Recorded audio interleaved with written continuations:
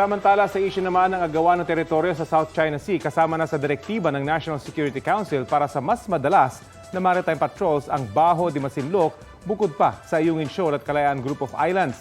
Balitang hatid ni Joseph Morong.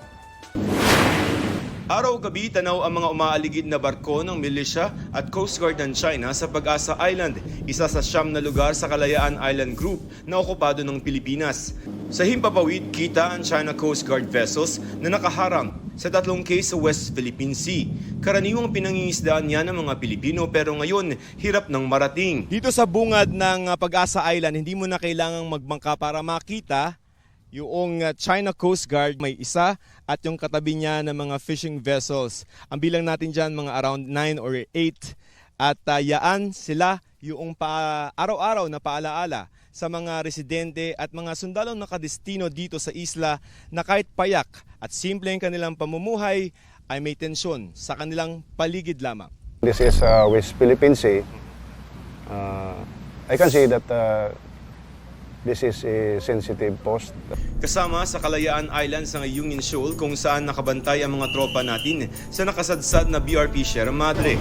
Pero kung doon kaagapay ang Philippine Coast Guard sa resupply mission pa Ayungin, ang mga mangisda sa Masinloc, Zambales bilang lamang daw sa mga daliri kung may patrol vessel tayo sa Scarborough Shoal o Bajo de Masinloc, pantapat sana sa walang humpay na pagbabantay ng China. Kami-kami lang, mga Pinoy doon, mga kapwa mangingisda. Wala po kami ibang matatakbuhan doon. So, ang totoo, wala naman po talagang may-escort sa ating mga mangisda pagka nagagawi po sila ng Scarborough Shoal. Kaya utos si National Security Advisor at National Task Force for the West Philippine Sea Head Eduardo Año, dalasan ng AFP Northern Luzon Command at Coast Guard ang Maritime Patrol sa West Philippine Sea kasama ang Bajo de Masinloc.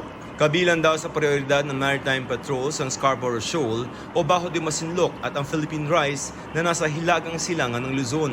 Maganda yan dahil may lakas ng loob na yung mga mangisda, makakalapit sila doon. Kasi parang may umaalalay sa kanila.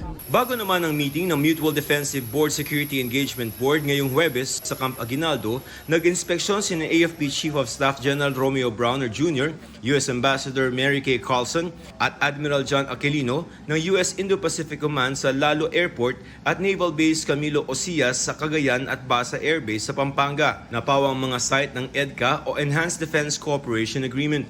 Bahagi raw ito ng patuloy na pagtutulungan ng Pilipinas at Amerika sa depensa, seguridad sa rehiyon at disaster response.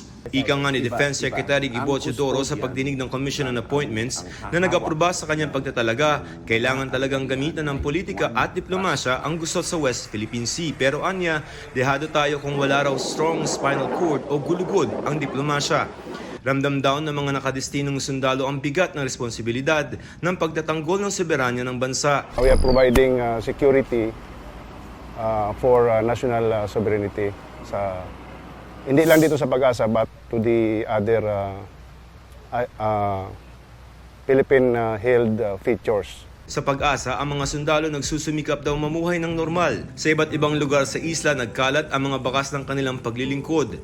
Nakaukit ang mga pangalan ng mga sundalong na-assign dito at mga paalaala na ipagtanggol kung ano ang sa atin. Napakasarap kasi sa pakiramdam na ganun po, na may ambag ka sa bayan natin. Balita ko, may tututukan kayo tuwing 11 a.m. sa GTV. Alamin ang mahalagang balita at impormasyong dapat nyong malaman sa Balita Ko tuwing Lunes hanggang Biyernes. Mag-subscribe din sa GMA Integrated News sa YouTube.